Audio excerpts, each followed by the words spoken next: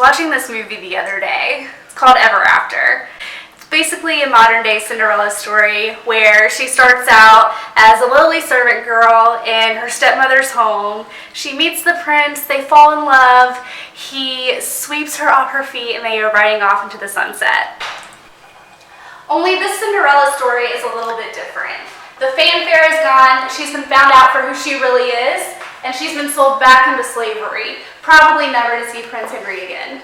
But to her surprise, he does show up, but she barely takes one look at him and she keeps walking.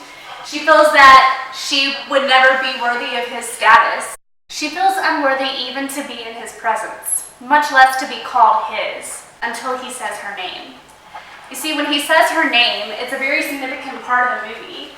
It's the first time he's ever called her by her real name. Her name, her identity. All pretenses are gone, the facade is no more. He calls her simply by her name, and she's known by him. And that's when he pulls out the glass slipper, her glass slipper.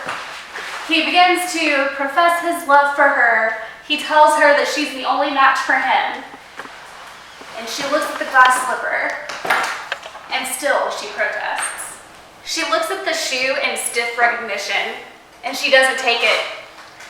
In fact, she begins to shake her head, and she buries her face, and just says no, that she can't accept it. She says it belongs to a peasant girl who only pretended to be a courtier. His response to her was absolutely beautiful.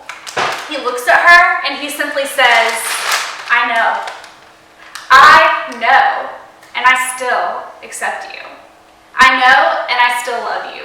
He takes her foot and slides it into the glass slipper.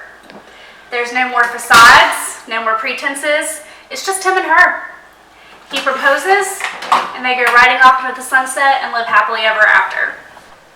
I think that whether we want to admit it or not, there's a little bit of Danielle in all of us.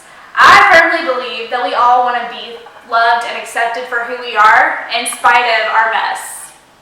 Let me encourage you to really rest in the fact that you don't have to clean up your mess for the Lord. He knows you and He accepts you just the way you are.